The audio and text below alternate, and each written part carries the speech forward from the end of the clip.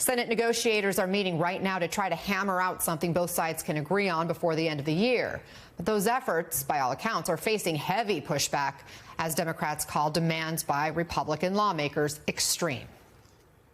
They want to basically end asylum, and they want to give tools to people like Donald Trump to be able to do mass deportations. It's really unbelievable what's on the table.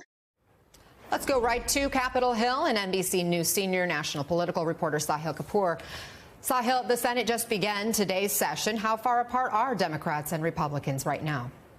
They're still quite a ways apart, Anna. That's according to two sources I spoke to today. They're not there yet in terms of reaching a deal or even a framework. Senators met through the weekend to negotiate. That is continuing today. Some of the biggest sticking points, according to the sources that I've talked to, include this question of expedited expulsion. The Congresswoman was just alluding to that there. Republicans want this to be quite broad in terms of presidential powers to remove or deport people. Democrats want to limit this to simply asylum at the border and not the interior. There's a question of Title 42-like powers to turn away migrants if certain triggers are met. Again, Republicans want this to be broad. Democrats want to limit the scope of that. And then there are questions about restrictions on parole and on asylum seekers who transit through a third country, for instance, non-Mexicans coming through Mexico. Despite all of this, Senate Majority Leader Chuck Schumer just spoke moments ago on the floor, acknowledged that they're not there yet, but he said he's confident they're heading in the right direction. There's a lot underneath the surface of the things that I mentioned, Anna, that have to be ironed out. Senator James Lankford, the top Republican negotiating this, spoke about that. Let's play what he said.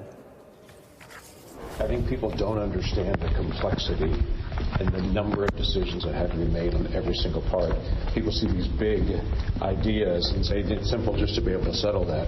But underneath every big idea is 100 smaller decisions that all have to be made, and every one is complicated.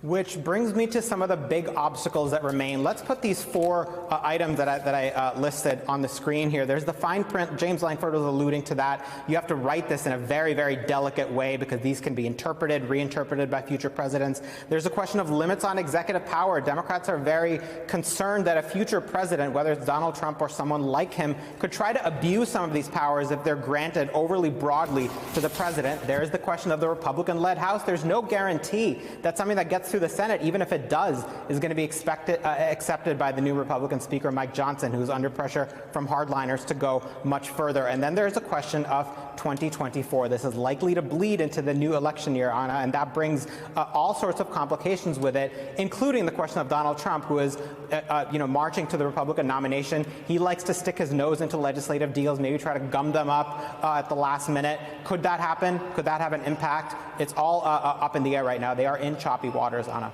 Yeah, and this is obviously a legislative issue that has been elusive to finding any sort of solution for decades, not just this current very polarized Congress. Thank you, Sahil Kapoor, for your update there.